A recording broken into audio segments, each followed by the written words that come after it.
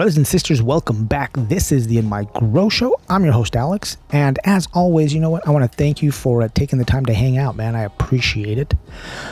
Now, a little later, we are going to catch up with my buddy Rodney and do the report from the cannabis front line. We're going to talk about the MORE Act because Congress voted on it. So yeah, we're going to go into that for a bit. But before that, I need to make a correction. So a couple of weeks ago, I incorrectly said that I believed an ounce of weed was 30 grams. No, it is not. It is actually 28.3 grams. In case you were unaware, there you go. 1 ounce of weed equals 28.3 grams. That's why all the legislation that's written either says an ounce of weed or 28 grams. Anyway, so there you go. That is the correction for today. All right, now let's see. Oh, you know what? I want to read a bulletin that I got from the CDFA, which is the California Department of Farm and Agriculture, about, I think it's a product called AGRO GRO WS. Okay, so yeah, the California Department of Food and Agriculture sent this. It is a notice statewide quarantine. I got this in my email box the other day. Notice statewide quarantine and removal from sale order. Effective immediately. The California Department of Food and Agriculture's Fertilizing Materials Inspection Program, the FMIP, pursuant to its authority under the Food and Agriculture Code, is issuing an order of statewide quarantine and removal from sales for products AGRO GRO WS, manufactured by Agro Research International. The product AGRO GRO WS is labeled and registered as an organic fertilizing material, but has been found to contain both diquat and glyphosate. That's not good, especially if you're, trying to go or be certified organic. Having even the traces of those kind of nullifies your organicness. Let's see. It says this product has been distributed within a co-packed box, also containing the product Weed Slayer, an organic herbicide. The FMIP Enforcement Authorities specifically provides for the seizure of products through the Food and Agriculture Code. So there you go. According to the CDFA, if you're using the product called AGRO GRO WS for cannabis, you need to stop right now. And if you're selling it, you also need to stop selling it. So yeah, that was an interesting little email to get. Now let's see, what is next? Oh, next is the strain of the week.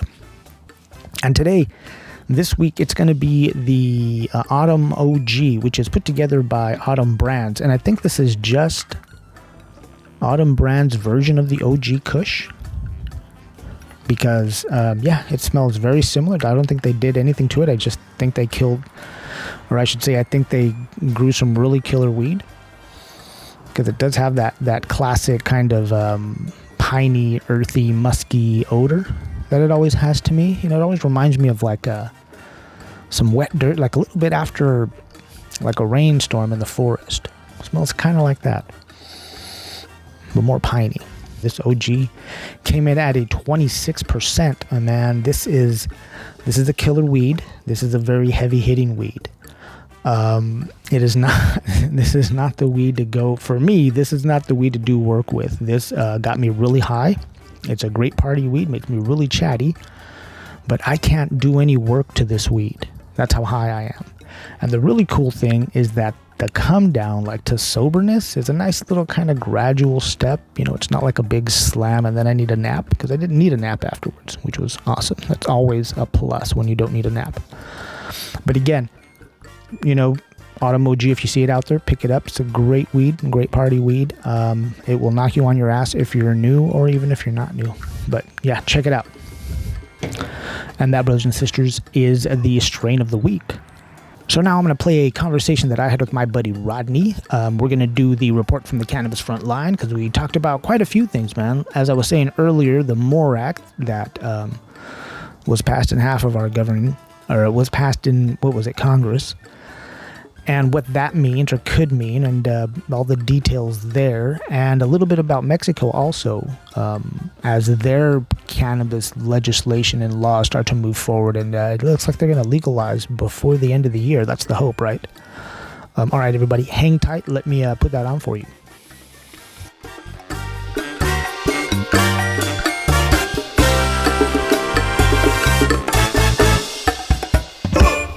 Rodney, buddy, welcome back to the show, man. How you doing? Thank you, Alex, man. I'm doing really great, and I hope you are too. I am, brother. I am. So, hey, I wanted to talk about, of course, the MORE Act, but before that, so I just want to mention what's going on in Mexico right now. Uh-huh. Because, okay, so a few weeks ago, I think like 2 weeks ago, maybe last week, I don't know, I lose sense of time. The Senate in Mexico voted to allow legalization. And then it just had to go through another couple of committees, right? The first one, it had to go through the Chamber of Deputies. It had to go through a bunch of hearings to the Chamber of Deputies, which is, you know, the Deputy of Justice, of Health, Human Rights, Budget, and public accounts, right? So they're all going to vote next week. They're all taking up the reform for Mexico. And, you know, we're all hoping, we being, you know, the cannabis advocates, we're all hoping that, like, by Wednesday, it's ready for a final floor vote through the Chamber of Deputies. And it's just one step closer of having legal cannabis throughout Mexico. Which then that transitions into what happened Friday, you know, with the Senate taking up of... Oh, no, wait. Was it the Senate? No, it wasn't, huh? Who voted? Congress voted, wasn't it, for the MORE Act? Yeah, the Congress, yes. Well, you know, these are exciting times for cannabis. Like you said, the House of Representatives approved the MORE Act, or Marijuana Opportunity Reinvestment and Expungement Act, right? Yeah. But, you know, not just in our country, but like you said, Mexico, look, Mexico is with legalization, and I think they are going to achieve federal legalization before the United States does.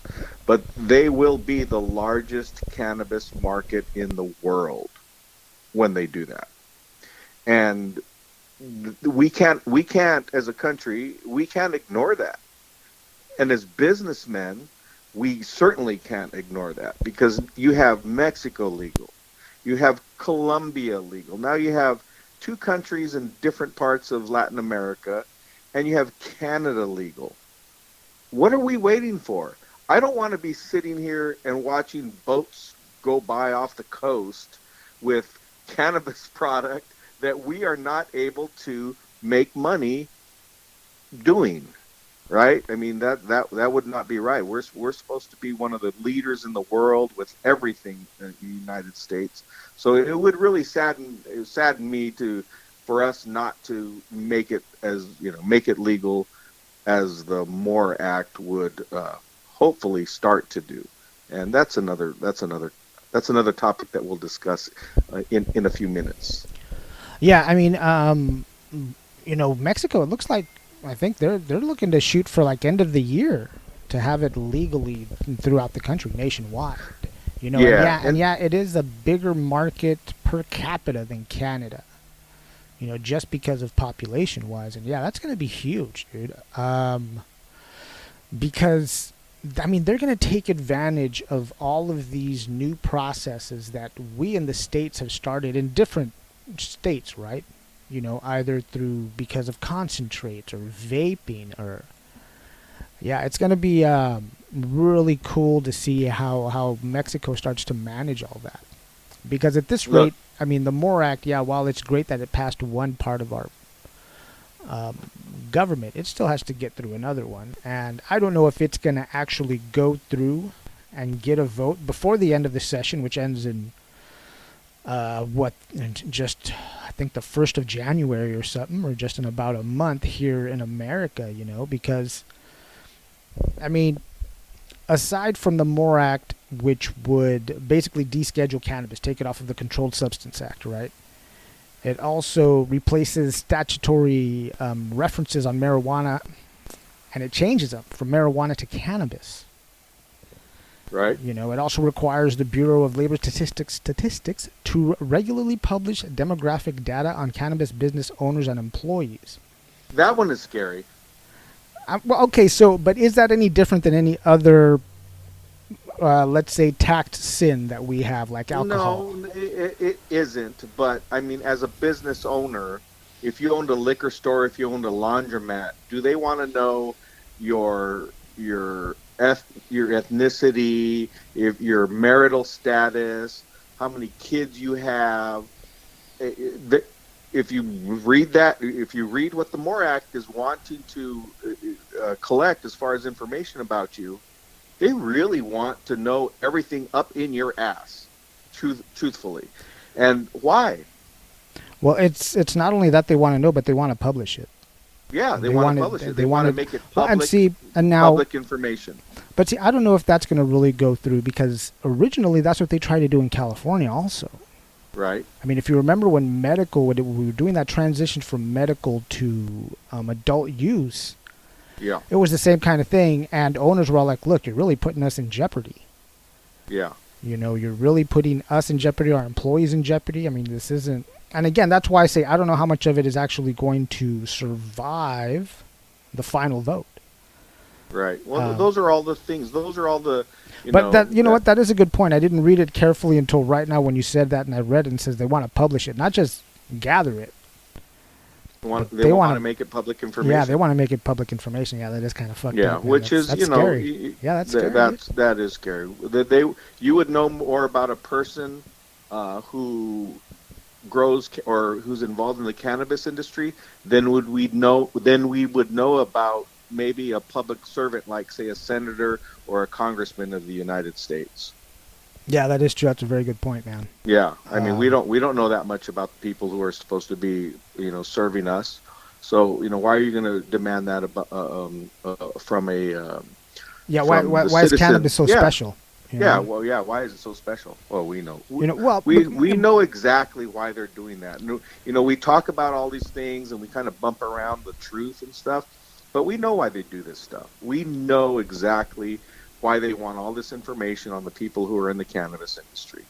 It's been an industry that's been off the grid for almost 100 years, and they just want to make sure that they have a finger on everything that's going on with what everybody who has been in that industry and now is transitioning into it and where they are. And I kind of welcome it, because now it legitimizes it a bit more than it has in the past, and they know about it. They're legitimizing. But it does. But at the same time, it also seems to put like undue stress and pressure on people in the industry, because, like I just said, it's not like we know this about people who make spirits, alcohol. Or do we? I don't know. I haven't checked, but. Are those things also public record and published? Yeah, I haven't really paid attention to that. Being in the cannabis industry, everything seems like it's always new for us. But, doing the comparisons to liquor or any other industry, I mean, I guess, we can find who the CEOs are of right, but how difficult is it? This sounds like they're going to put it on the database in some kind of bureau and say, "Here you are." It's like a sexual offender, almost. Yeah, I mean that's database, if who knows? Yeah. Maybe, possibly, Yeah, possibly. We are in sort of a sexual healing industry. We are cannabis, man. We're sexy and we're healing. Come on now. Hey, that's who sang that song? Lionel Richie? Oh no. Wait. No, come on, man. Marvin Gaye. Oh yeah, you're right. Yeah, Marvin Gaye, Sexual Healing. What song am I thinking of? Why do I got Lionel Richie in my head? I don't know Lionel Richie, man. Well, you're a little younger than I am, so I appreciate the Marvin. No, Lionel. I know Marvin Gaye, bro. Anyways, so another thing that the MORE Act wants to do is establish a trust fund to support various programs and services for individuals and businesses in communities impacted by the war on drugs. To go along with that, there's also going to be imposed a 5% tax, which we're already fucking taxed enough, but, dude. And can go up to 8% over the years. And let's see, on cannabis products, and require the revenue to be deposited in said trust fund.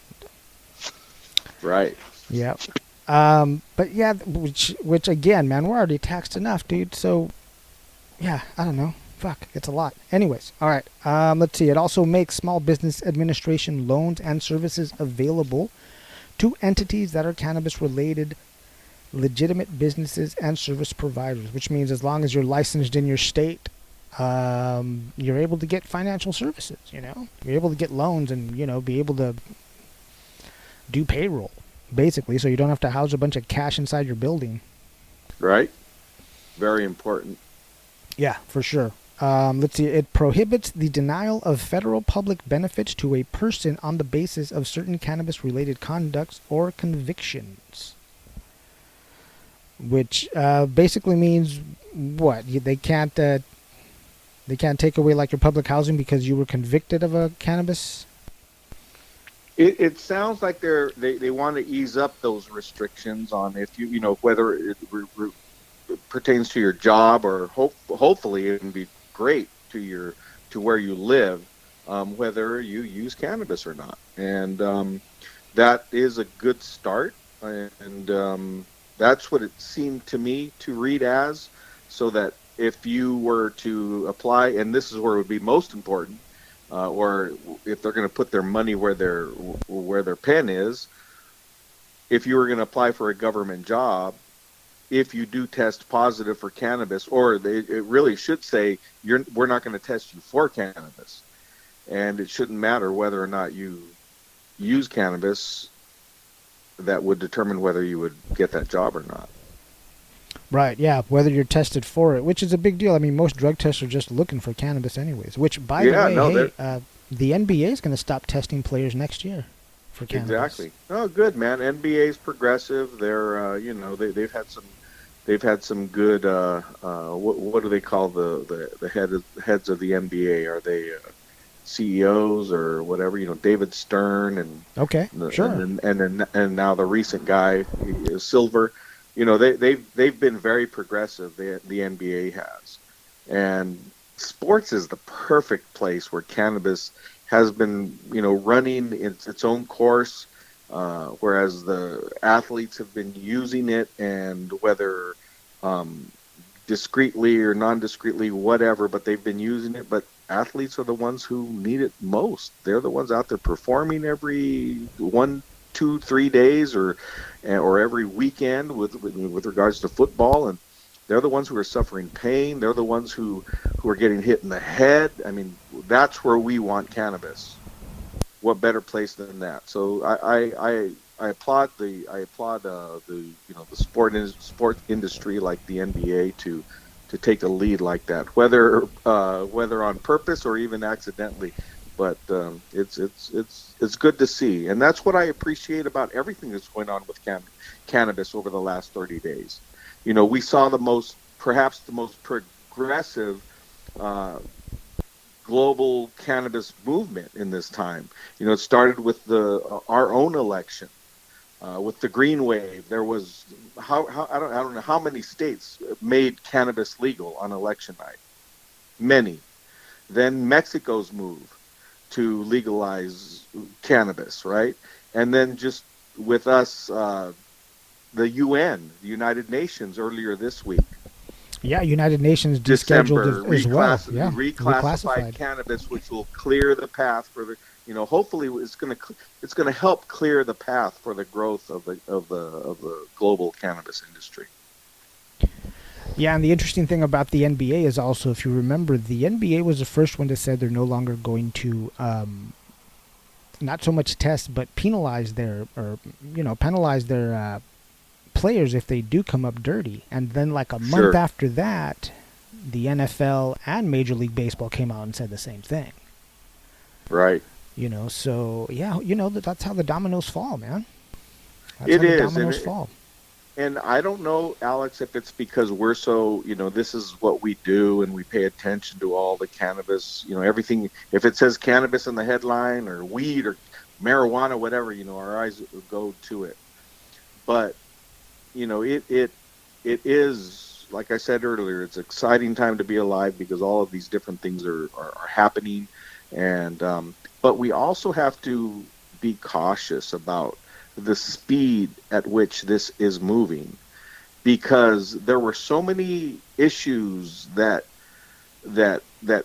kind of are in that back trailer of cannabis legalization that have to be addressed as well.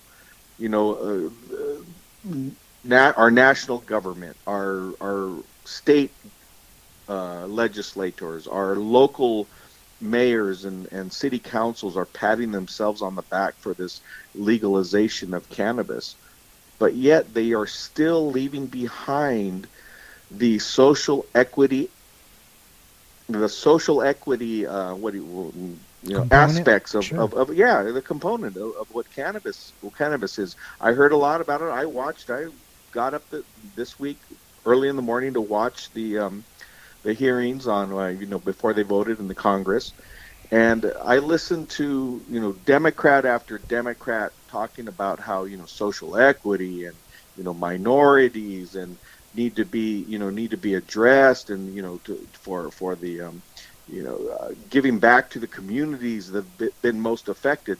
But one thing that the Republicans slipped in the last 48 hours before this was voted on was a last minute amendment that they would block those people who have been previously arrested for cannabis crimes from working in the industry.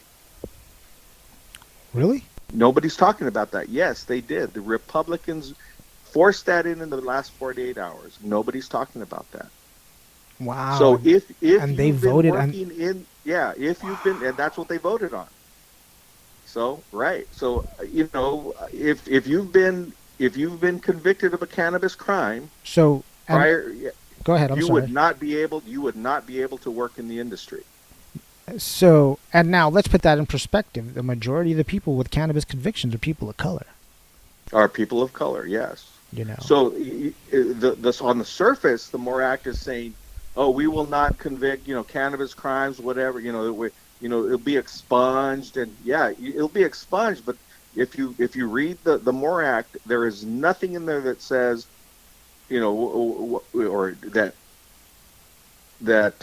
would have addressed what happens to the people who have been working in the industry who have been convicted of cannabis crimes. But the Republicans did add in those last couple days that if you have been previously arrested, you cannot be working in it. Even if you have proceedings against you currently, you cannot be working working in the industry. So then, okay. So then the expungement portion stays in, but you can get it expunged, but you just can't work in the industry. Is that how Right? You can't work in the industry. Wow. Well, here's another. Another one that I'm wondering if it makes it in is a provision. Let's see. There's one that prohibits the denial of benefits and protections under immigration law on the basis of cannabis-related events. Yep. So, again, if it's going to make it through the other side of the government, I don't see that one surviving. Yeah, and to me, I think if I'm understanding the one you just read, to me that one meant more for the people who may have been here undocumented. Maybe, because they were talking about exportation of people if you've been working in the industry. Oh, I see. Yeah. Well, right. Because I remember they were also denying people citizenship if you worked in the industry. Exactly. And that was one of the things we were, as a social equity advocate, those are the things that we try to look at. If you're here undocumented, say you came here to work and do your thing for your family, and you were picking strawberries, or you're working in the lemon packing house, or you're working whatever job you had, and then that job ended because of whatever reason, and you were offered a job in cannabis, but you're still undocumented. Still, you should still be revered as an essential worker, right? Because you're contributing to something that's very well needed. And many of these people, and this is what happened in agriculture too. Man, I hate to change directions in the middle of a sentence, but this is what happened in agriculture too. Many of our undocumented workers will not complain about their working conditions or anything regarding their job because they're afraid of being deported. So even more so when you work in the cannabis industry, you're not going to be telling anybody if you're an undocumented worker that you're working in the cannabis industry, because not only are you working in something, not only are you just undocumented and that enough being a reason to be deported, but now you're working in an industry that's federally illegal. So what chance do you have of making a case for you to be able to stay here in the United States when you have that double, triple, quadruple jeopardy against you? Well, yeah, because the law's going to look at you and say, well, look, you already have a tendency of breaking the law because you're here illegally. Sure. You know, Exactly. and that's how the law looks at it, very black and white. Yeah, you know, that's probably how the law should work. But when you're in a fluid, you know, I've always seen our country, and even California more so than anybody, we're like a petri dish for the world of how multiple societies and ideals and beliefs can come together and live in harmony, right?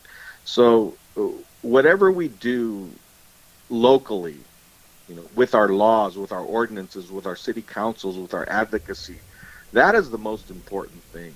You know, it is good to see, you know, things happening from a perspective, you know, over in the entire country. But really, it does come down to what you do locally, what is happening in your community. I look at these federal laws and the social equity and the lack thereof, even though they're calling it social equity, they're not doing anything different federally when they did this whole deal with the social equity interpretation of the ideals going into the MORE Act, but then leaving out that whole concept of, you know, but if you've been convicted, you can't work in the industry. We're struggling with that very same thing here locally, here in the city where I live in. Yeah, we see the big picture, but we're not going to really do anything for the people who really were affected by the war on drugs. So it's something that I'm glad to see that it's on the national, you know, it's part of the national discussion, but it's going to take people like us, me and you and everybody listening right now, to move this into a direction where it really matters and where it really makes a difference socially, and so that we can enact the programs that will benefit people of color, minorities, people who've been convicted of the crimes, women, veterans. Think of what our responsibility is to all those people that I just mentioned. We have a huge responsibility. So, you know, for us to be talking about it is really important. So thank you for bringing it up, and thank you for bringing it to all the people that are listening right now.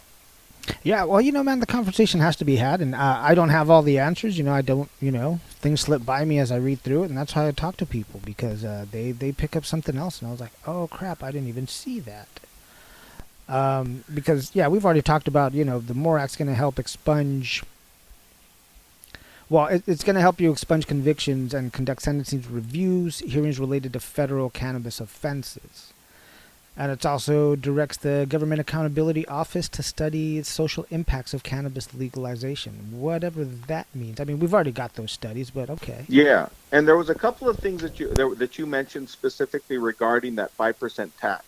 That 5% tax, the money that was going to be collected from there was going to go into, I think there was a certain percentage that was going to be allocated to different things. Some was going to go to they're going to create a role of the Office of Cannabis Management or something like that, and so a percentage of that money was going to go to there. But there were two different parts of the act that said that, or that particular, whatever they call it, amendment that were going to go to the Small Business Administration. But very small. I think 50% was going to go to the whole, like, you know, it's like a typical nonprofit organization. 50% was going to go to the administration, and then we're going to give you 5% over here to the SBA, and then another 10% to the SBA, and then, you know, another 5% here and there. So most of that money is going to go to administrative costs, and then some of that money is going to be, which I am happy to see, into the Small Business Administration, so that they can help fund or give loans to those areas or those businesses in areas that have been affected disproportionately by the war on drugs. So see, they're throwing these little sprinkles of things in all the right areas, but it's just not enough, man. I mean, you for 50% of that money to go to administrative into other areas, that really have nothing to do with cannabis, and then just to give a little bit of, some crumbs over to the SBA to really help make a difference. I know it sounds like I'm complaining, and I am, but I am thankful at the same time that at least they're thinking about it. But are they really thinking about it for us and for the people who are in the industry, or are they just doing just enough, doing the bare minimum to keep people happy? And that's what we have to keep on them for. Well, I mean, if you do look at the numbers, the way you're talking about it, it does sound like they're siphoning off a lion's portion of that money for, like you said, are they gonna use it under the guise of, hey, we're setting up the administration for enforcement, but we're putting this money here. This is for small businesses and everything else. I mean, yeah, it's gonna be a lot of money. 5% of a national cannabis industry is a lot of fucking money. That's a lot of money, man. And the fact that they're even want to collect 5% already in an industry that we feel is already being overtaxed. Yeah. Is in some areas you're going to be paying up to like 40. Like for Los Angeles, if they were to LA is already at 30 is already at about 35%. So now you're at 40% of what you're paying for is going not to the vendor or the guy who grew it or what. It's going to the government, man. Yeah. Yeah. I mean, that's a pretty high cost of freedom right there, man. Yeah.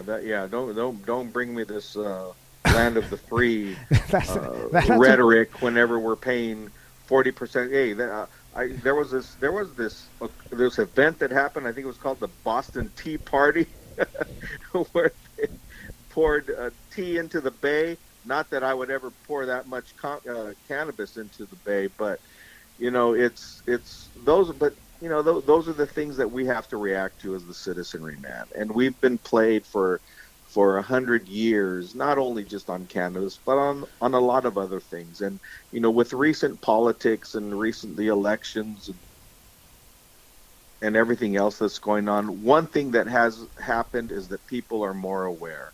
So hopefully cannabis, it may be serendipity that the fact that cannabis is becoming legal and people are so more politically involved that the spotlight is in the right place, and we're going to come to an area where the truth will come out about cannabis. And that's what we're doing right now, and everybody who's listening is a part of that. And so we have to be proud of that, because we are part of history. So there's a lot to complain about. There's a lot to hail, but we have to know our place and say, hey, look, this is, at least we're here, and now what are we going to do about it? How are we going to push it forward? It forward? Right. What do we want? What do we want it to look like? Yeah. What do we want? We are truthfully shaping the future, and I don't believe that the city, like my own Oxnard City Council here locally, I love everybody up on that board, man. I really admire them, what they do, what they've sacrificed to be up there and put themselves in the spotlight and lead us into wherever we need to go with any decisions. But cannabis is so new to them, and it's not something that you can. I mean, we are in cannabis, you and I, and we still have to do research about anything else that we want to learn about it. Being ordinances or national legislation or cultivation or extraction. They don't even have 1/2% of the knowledge that we do about this industry, but yet they're making decisions that are going to last for generations. So it's up to us. That's why it's so important for us to email them and go to city council meetings, or at least know what they're trying to decide. It's almost unfair, and I feel bad for them. But you have to, it's tough love, man. You got to say, hey, look, if you're going to do this, We want you to do it in this fashion because this is the way cannabis is. This is the way it should be managed from the perspective of people who love cannabis and who appreciate what it is, that it's a compassionate plant, that it's for the people. It's not something that, you're smoking in back alleys just to get high. No, this is something that can benefit a community that is in need in many, many ways. So stay involved in your local municipalities, because it's very easy for them to pass ordinances that will leave a lot of people behind, and unfortunately the people that will be left behind will be the people who need it the most. Yeah, again, and now that the MORE Act is, in the spotlight again, it's up to all of us fans of cannabis, man, to really pay attention and see what they're going to do in our name, because if we're not paying attention, if we're not, like you said, holding them accountable, then they're just going to write whatever they want. They're just going to give it away to, as far as, to big business. They're just going to give it all away, man. Yeah. Where does that leave the rest of us? Well, if it's one thing that the legislators who are making these decisions know, if it's one thing they know, is how to do business. And to them, it is all about business. And I don't blame them for, wanting to do things in their own best interest or the interest of their own constituents and supporters. But they have to always, it's up to us to remind them that what they do is not just for the people they represent. It's for everybody. It's for everybody. Right. It's not just for the people who voted for them. Yeah, because exactly. they're supposed to represent the whole community. Especially with cannabis, I can't expect a senator from, North Dakota to understand the health benefits of cannabis, the true health benefits of cannabis, and that's senators. There's only 100 senators. Think about how many congressmen there are, and you have to rely on the knowledge that congressman, number 23 in the state of, name it, Kansas, what they know about cannabis, and have to make decisions within that little framework of wherever he represents or he or she represents on cannabis and how it might affect an entire population in a region. It's impossible, and I don't blame them for not knowing. They were programmed not to know. So that's why we have to keep doing what we do, get it out, get the word out, get the right word out. There was a video that I shared on Facebook, because there's a lot of attention on Georgia and with the upcoming runoff election between the senators, which is going to dictate hugely for cannabis legalization, by the way. But I was looking at Georgia, and there was this a congressman from an elected official from Georgia, and how once he became elected, he was just doing what he ran for office and was doing what he was supposed to be doing. But he grew a passion for cannabis and legal cannabis and CBD because you can't get it in Georgia. And his constituents were complaining to him or writing to him, and these were all constituents who had families with children who were suffering from various diseases, not just like one, this, that, or many different ones. Some were skin conditions, some was Tourette syndrome, some were seizures. And they were writing to him and pleading to him, we need to have this legally for our children. And then the video just showed, there's a whole lineup of all these kids in strollers and wheelchairs. And these were all the kids, and these were all the kids who were using cannabis products to help them basically stay alive. And yet you can't get it in Georgia. So this need for cannabis changed this representative, his mission, his whole reason now for existing in his office is for him to get cannabis legalized in Georgia. How beautiful is that, man? Yeah, that's a beautiful story, and that is the reality of it.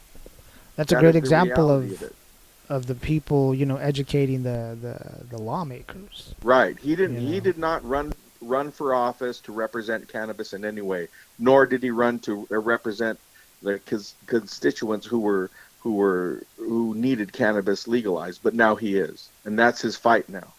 That is his fight now. Yeah, That's to me, that's a beautiful awesome, story. Yeah. And I before the interview's over, I should probably look up his name, because I think that warrants a lot of respect for him, for the man, because it just shows you that he is truly somebody who represents the people, and he's not going in with his own mission, with his own agenda, but he is truly representing the people who have written to him or contacted him regarding what it is they need. And his name is, he's a retired state representative. His name is Alan Peake, Peake, Peake, and if you look him up, you'll see. You can go to cannabis.net and see the link to that story, and it's quite moving. He was I think it was what was it, HB 885 or something in Georgia. So Georgia's going to have a lot of imagine, man, all this pressure on Georgia. I feel sorry for Georgia. Sorry, Georgia, but you're going to be on the map, and a lot of pressure on you for so many things. But even cannabis is on the ballot in this runoff in January. Yeah. Then shout out to Representative Peake. That's awesome. Good for us. Good for us for having him. Hey, Rodney, let me change lanes with you real quick, brother, because there's something I want explained to me. Last time we spoke on the show, so your hometown of Oxnard had already set in stone, or at least we thought, what was it, 8 or 10 licenses they were going to have for recreational cannabis businesses, right? Yeah, in Oxnard, the process throughout 2019, end of 2019, was to license 10 cannabis dispensaries, 3 of which were to be local equity licenses, which basically means they were going to allow or allocate 3 of those licenses for local owners of a cannabis dispensary. But then you were telling me, I'm sorry, man, go ahead. No, go ahead. I was just going to say. I was just going to say, and then like weeks later, you were telling me that all of those applications got canceled, just nullified, and the whole process had to start all over again. Yeah, the council, out of fear of a legal challenge, they basically rescinded all the 10 licenses that they had awarded, and are going to start over with the licensing process. And so everybody, there were over 50 applicants for the dispensary licenses. They will all have to start over from square one. And but get this, they're going to do, so December 7th, which is this week, they will start accepting applications, and then the cutoff date will be January 7th. So in 30 days, they are going to try to accomplish what it took them almost a year to do the first time around with regards to accepting applications. Granted, all those 50 same applicants are probably going to apply again, and they will not have to pay the licensing fees that were required of them the first time around, because the city is going to waive that. Hey, what was that licensing fee? The licensing fees, if they've gotten to the last stage, through the 3rd stage, was up to about $18,000 in totality. If you didn't make it through to the 2nd stage, then you may have gotten away with only having to pay like maybe $5,000 total. But that doesn't count the money that you've had to invest in your property, because you have to have a property that you have to put on your application, and then the money you had to pay to consultants, the money that you had to pay to maybe anybody else who was going to guide you through the process. So now, realistically, if you were going to be in about $100,000 at a minimum just to even submit a license. So that times that by 50. So just in the licensing part, that $18,000, if you didn't get accepted for the license, you don't get that money back.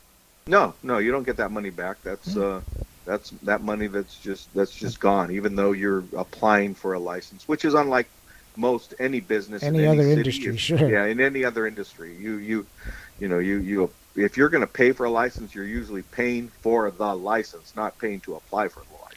paying for the the right to apply, Yeah, the right to apply, the right to let us look at your paperwork. Yeah. Yeah. So what happened in Oxnard specifically was what happened was after they awarded the 10 licenses, many of the other applicants who did not receive a license started to ask, why did we not receive a license? They were having questions about their scoring, about the matrix that was being used to judge them. And the city of Oxnard realized that they had not, and this was a total technical glitch, as they call it, or technical error, in those letters that they sent to all of the people who did not receive a license. They did not give them the opportunity to appeal the decision. So by not having that appeal in the letter, what costs one half of 1% of 1 cent to print that on the letter. Without that appeal process, they were not following some of their own city codes. And one of the applicants who is very what is the word, litigious? Yes, litigious. One of the applicants who is very litigious, and they have multiple dispensaries in multiple cities already. They brought a case, or they were threatening to bring a case up against the city, basically scared the city shitless, and they were right. I mean, the company was actually right. They scared Oxnard into abandoning the current licensing process.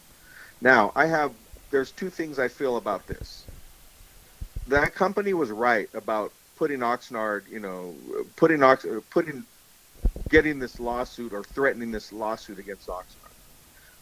But me as a social equity advocate, that's exactly why we do not want outsiders coming into our city and making money off our people, because they don't give a fuck about our community.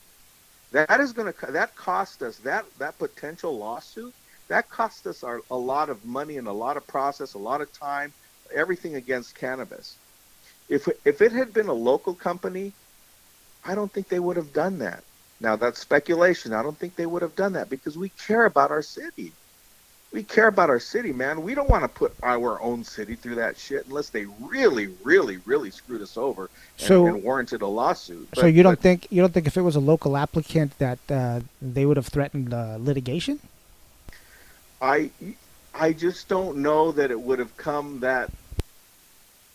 Maybe threatened litigation, but those are that outside company scared Oxnard into this whole situation that we're in now. And it must have been, and truthfully, I don't know if all of the facts are out, because why would you abandon an entire system that had already been put in place, where millions of dollars have been paid into, to start all over again? I mean, what else happened? What else is there that happened behind the scenes? Because now, okay, so you gave away 10 licenses. They rescinded the 10 licenses. That's 10 people who are pretty pissed off.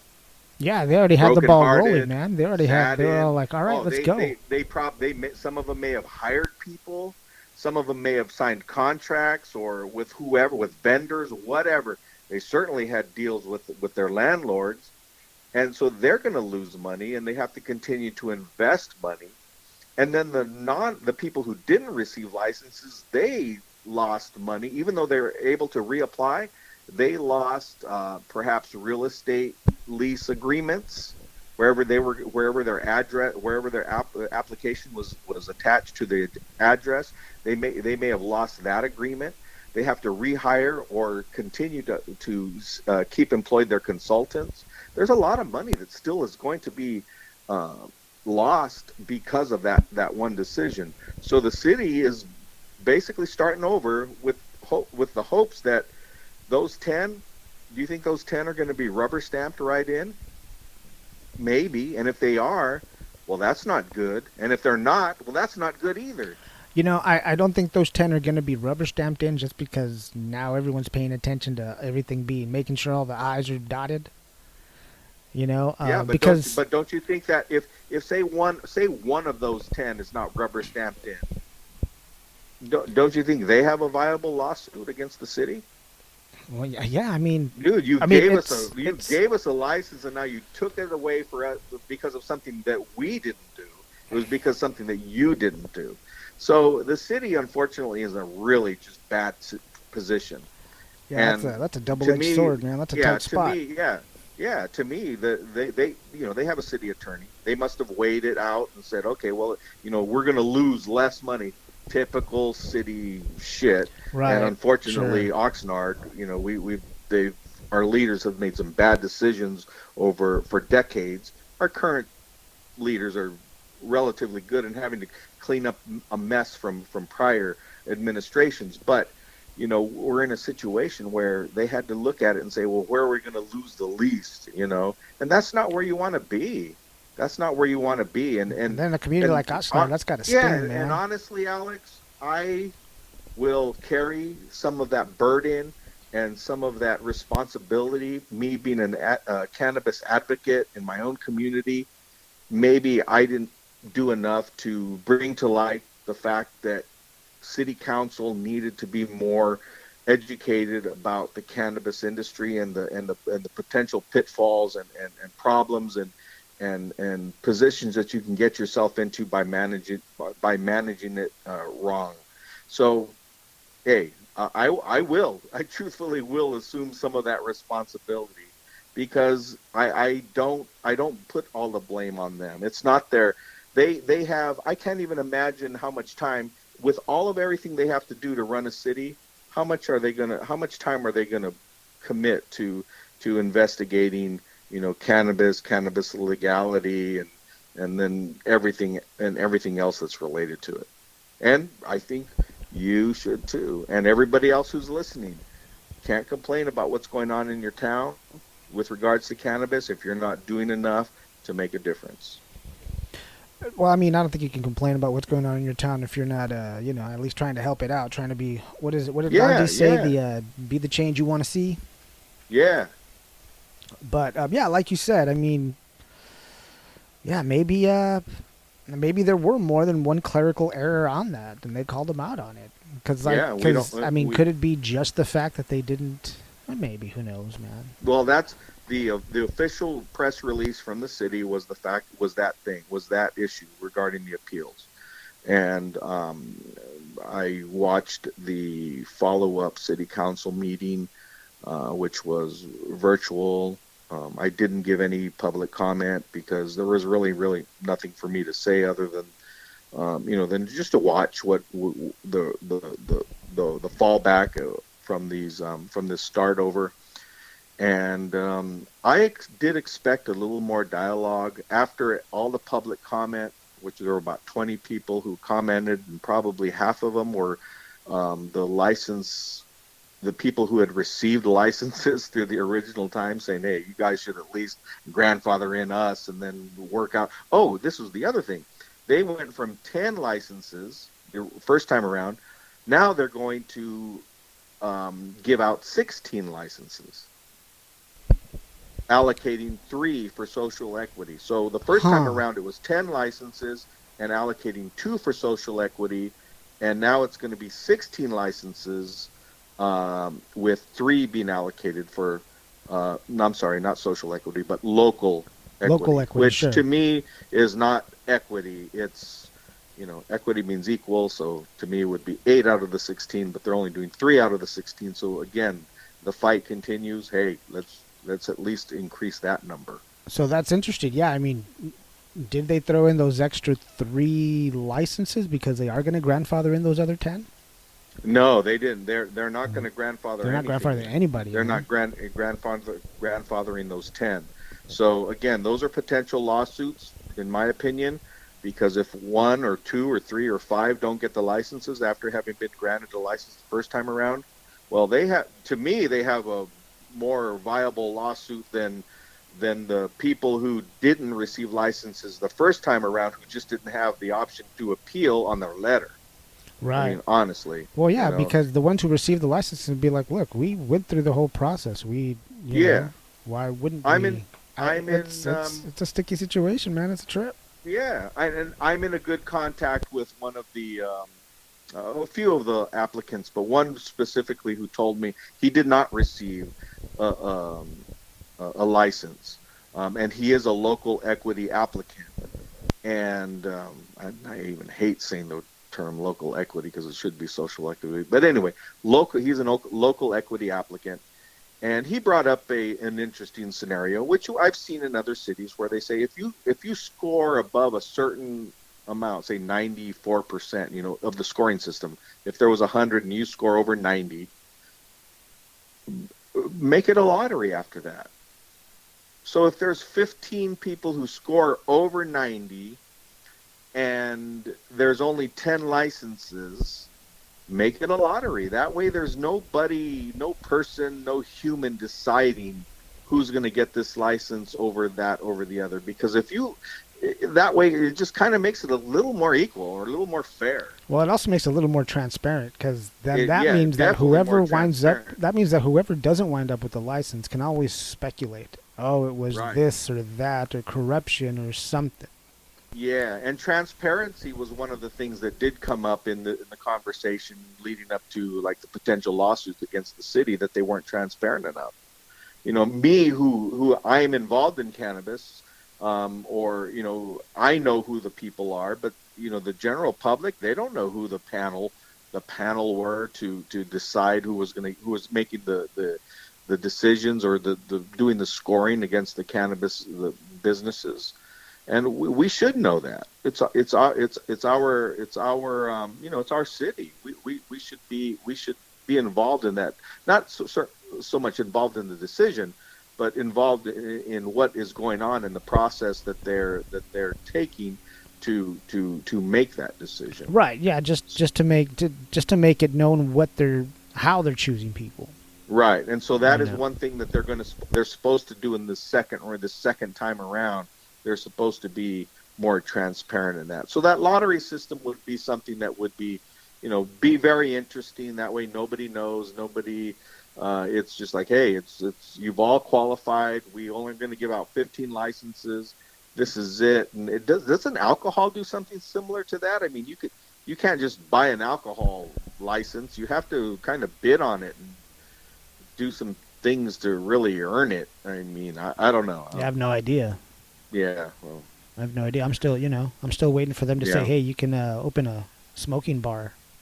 Yeah. I mean, they got. No, that's the thing, man. Yeah, I mean, well, how do they do it with like cigar bars? Don't they have like ventilation and all that stuff? Can't we do the same thing?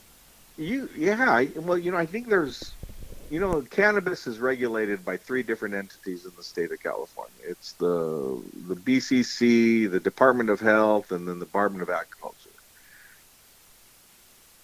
Do we need a fourth to regulate our so that we can have a cafe? No, we don't. We just need to bring all those 3 together, and we can have just one. Everybody else, but private. One of our local reporters from the newspaper, she was saying, hey, let's, they should open up. She brought up something on Twitter, and she was saying, shouldn't we open up a downtown brewery, because, right now in our city, a perfect example, brewery, you can't have a brewery in downtown where people go and hang out. You have to have it like on the outskirts, in the industrial areas. Well, nobody goes and hangs out in the industrial areas, but the breweries are out there, right? And people do go hang out there, but why not do what's good for business and bring it right downtown, And I agree. I mean, if you're going to open up a brewery or a microbrewery, put it downtown so people can go and enjoy it. We have no microbreweries in downtown Oxnard. No, everything is like you said, out in the industrial parks. Yeah, the little wineries, and the brew places, they're on the outskirts. That's the really interesting thing about the city of Santa Barbara, from how I understand it. I mean, the application process is pretty rigid. But once you're accepted to have a storefront, like a cannabis business storefront, they will allow you to put your storefront wherever they see you as a business. Sure. There's, I think, 1 or 2 dispensaries downtown, like off of State Street, a really, big tourist spot. And that's and they're the only town that I know of that has done it that way. I mean, yeah, from what I've Santa heard from Barbara. Santa Barbara City, yeah, because even in Yeah, Ojai, yeah, Ojai, all 3 dispensaries are out, like in, like you said, in yeah. the Out in the industrial spot, industrial area, man. you have to pass the little township Yeah, of you got to go Ojai to get through to the town. dispensaries. Exactly. Yeah, yeah. You Yeah, know, yeah. and but No, man, the and city of that's Santa my Barbara. dream. My dream, truthfully, has been to have a cafe or a destination location where there are multiple cafes in downtown Oxnard, where you can go and smoke, be safe, and realistically, from a social equity standpoint, low income people need a place to go and smoke cannabis because they can't do it in their own house, which is at this point, because it's federally illegal, and they could probably get evicted for smoking weed in their own home. So they need a place to go and smoke safely. But for even for the other people, the recreational users, or I'm sorry, it's not recreational, it's not fucking kickball, it's for the adult users. They need a place to go, just like you would go to a bar and go and hang out and smoke some cannabis, watch your Raiders Meet up with or the friends, you Rams or know. whatever, and just chill and maybe have some food. But to have a destination in downtown Oxnard where people could come and enjoy and do that.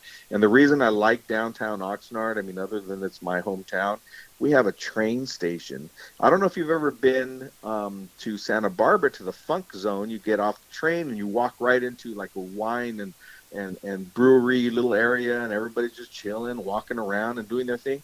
Why not have the same thing for cannabis right here in Oxnard? You get off the train, you get off, and there's a few pubs and whatever, but you also have your little cannabis cafe where you can just go and chill, smoke some weed. And I'm going to go back to that Twitter post about that the reporter from the VC Press.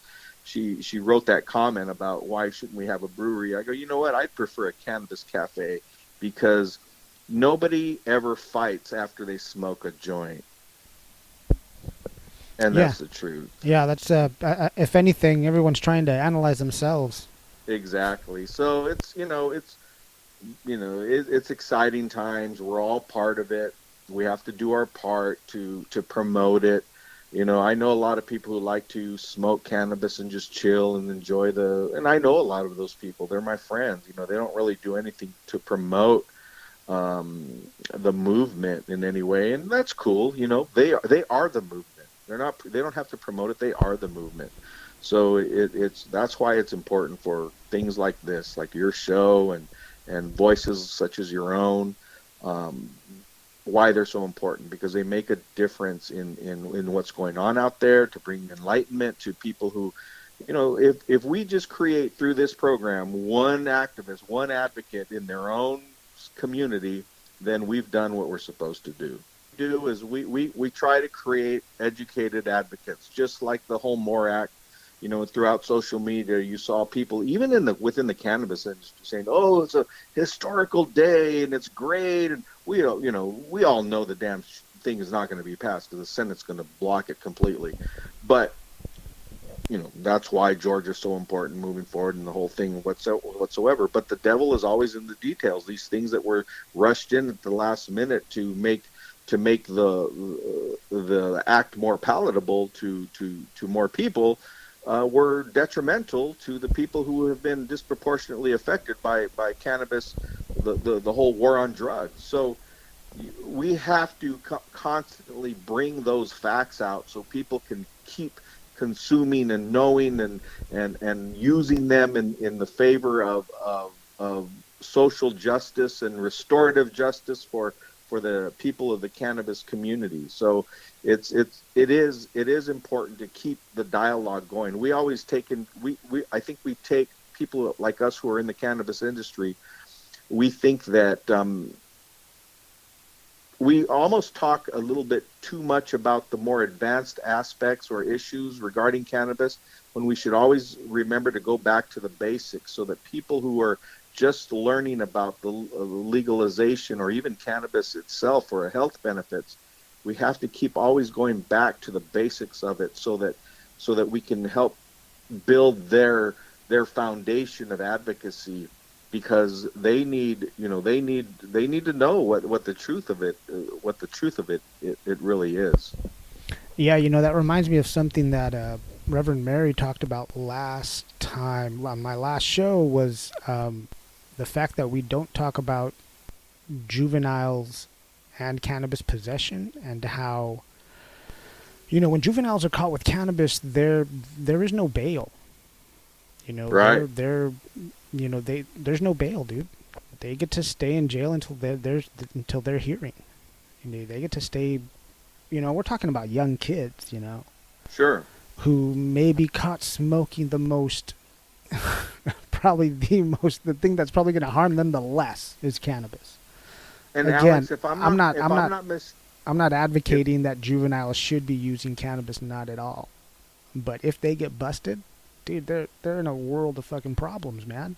Yeah, they are. And in fact, I was reading part of the MORE Act, which I believe, and I have to review it again because my jaw almost dropped when I read it, that anything that had to do with selling to underage, under the underage cannabis, they could double the what would be the penalties? The penalties, yes. Wow. They could double the penalties if you sold to somebody who was underage. I mean, what is that? And I understand what they were trying to do, but they're obviously trying to appease one sector of our audience. But but read the act again. I have to go through it because in preparation for my interview today, with our talk today, I was rereading the MORE Act, and I saw that, and I go, wow, they can actually they want to be able to double the penalty if you do something that involves children or selling to underage people. Wow, which dude, that's amazing because in some states you could get 5 years right now. Right, and so the feds the federal and it still was that whatever the feds would decide would not usurp what states would enact on their own. So states could still be harder on cannabis than the feds would be. So you think it's something like they could compound it, or what? Like you could get a federal charge and then your state charge? Well, they could be. Well, if the feds aren't going to charge you for this, but we will regarding this. Wow. Yeah. Wow. Yeah. Again, man, we have to pay attention to the details, dude. I mean, yes, we all get excited. Hey, yay! Here comes legal cannabis, but at the same time, what are we giving away? What is that cost for that freedom to have legal weed? What is it that they're wanting to take away from us?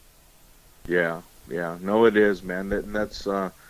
I think that's why these acts are 300 pages or whatever. Because the devil's in the details, man. Yeah, I mean that whole amendment that the Republicans made 48 hours before regarding not having you could be denied the license for previous cannabis convictions was that's what social equity is all about.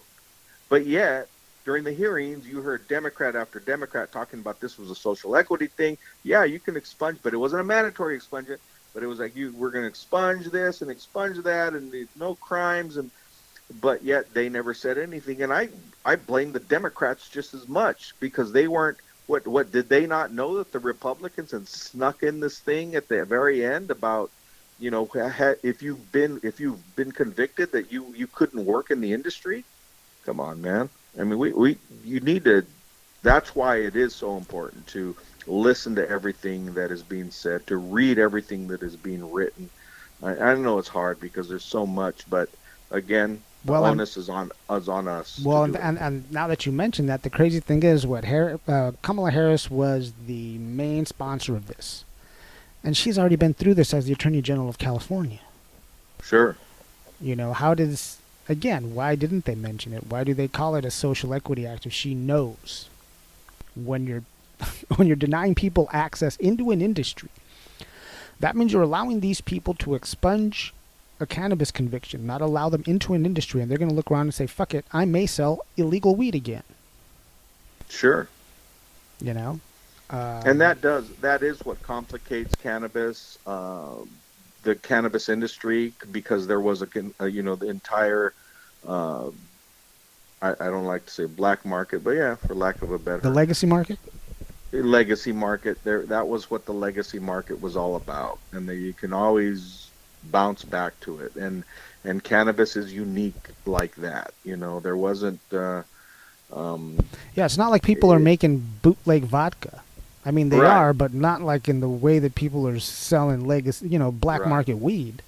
Well, I was going to say this is unique and is only can be compared to the alcohol industry back when prohibition was lifted, or when it was outlawed, and then the prohibition was eventually lifted. And this is the only other industry like that. So realistically, in our lifetime, in our generation, and anybody who's alive right now has never had to deal with this on a social level, and actually have to make decisions based on a recent history.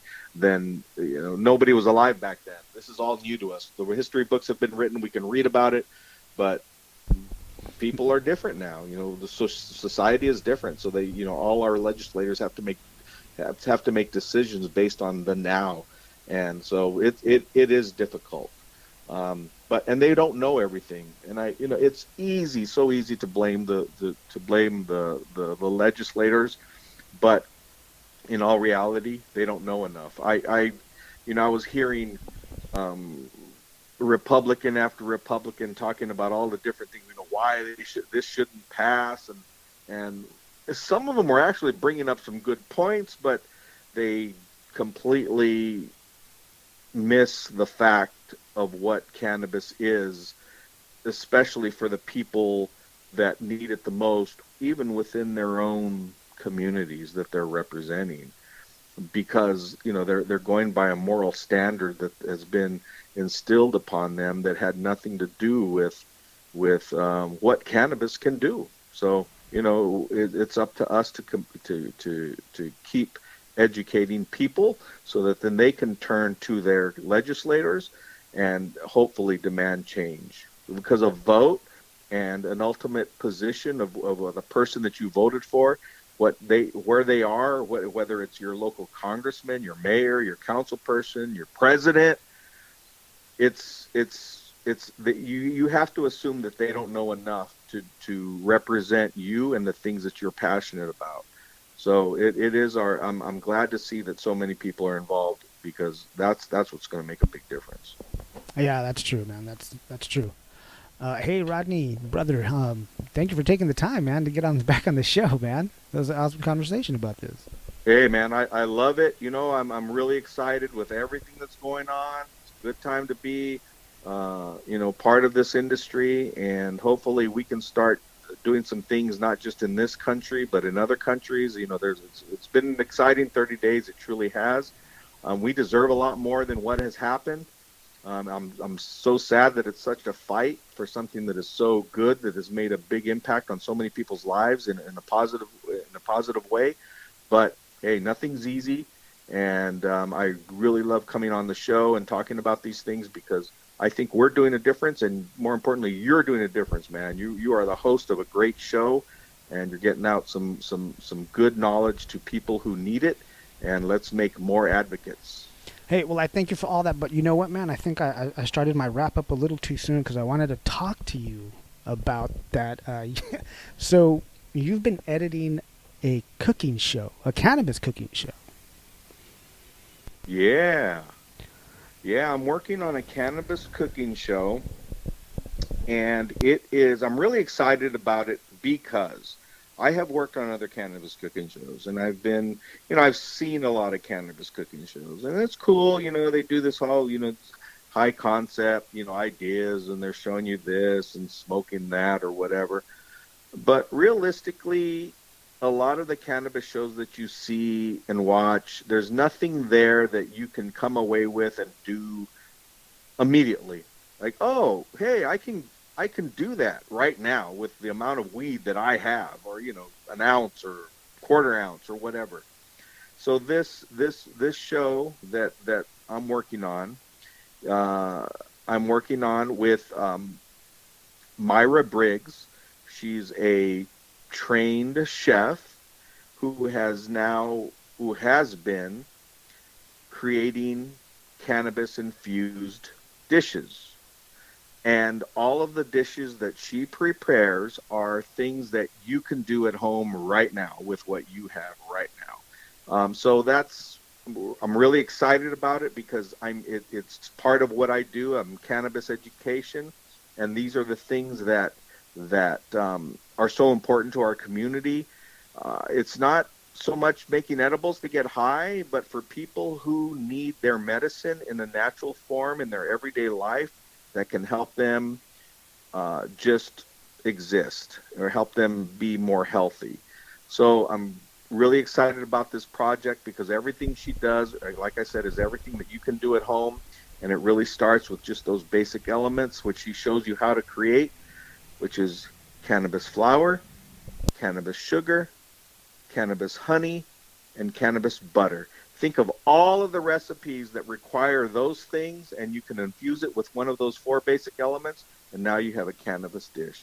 And it's so fun, and she's a great teacher, and I'm looking forward to sharing that with everybody here in the future. We're working on it right now.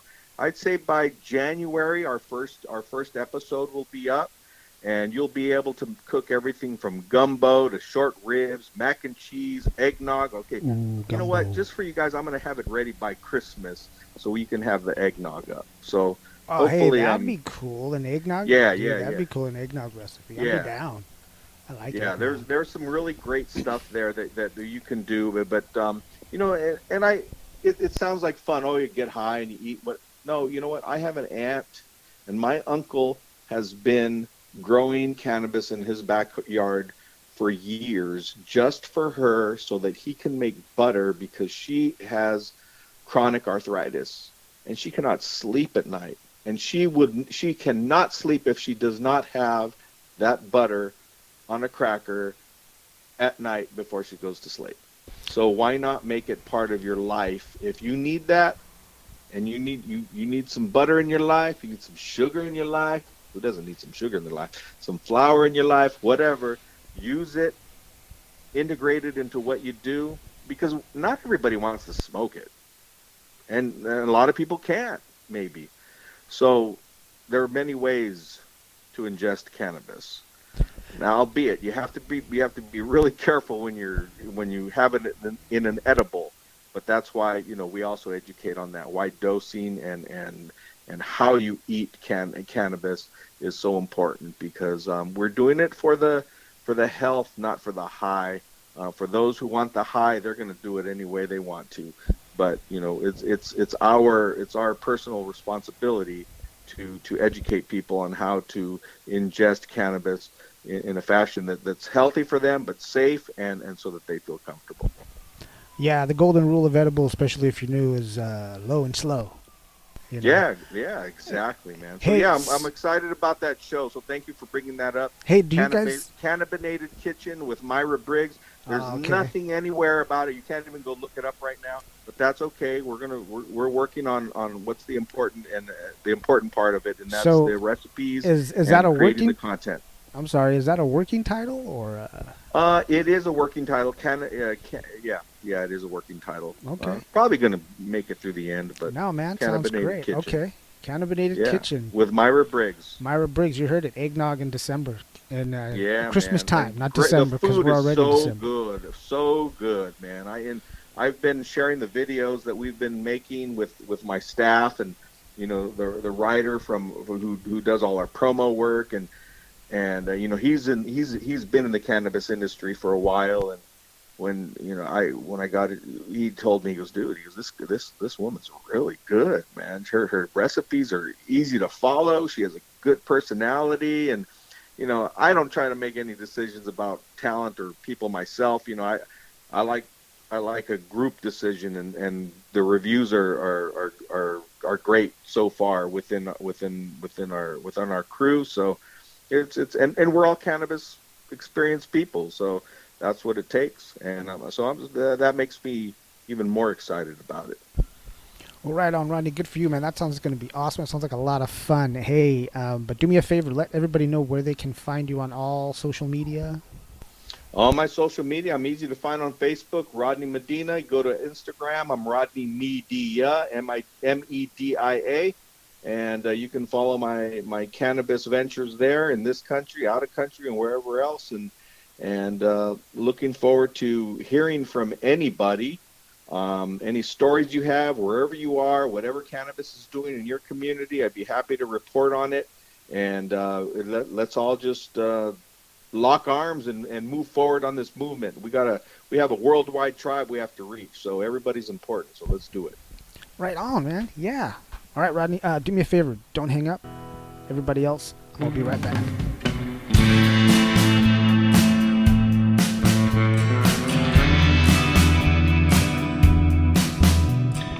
So yeah, take some time, man. Really look into reading what the MORE Act says and what it does. The devil truly is in the details of a lot of these things, and plus I think it'll help us all really stay informed and stay up to date on what the government's trying to do.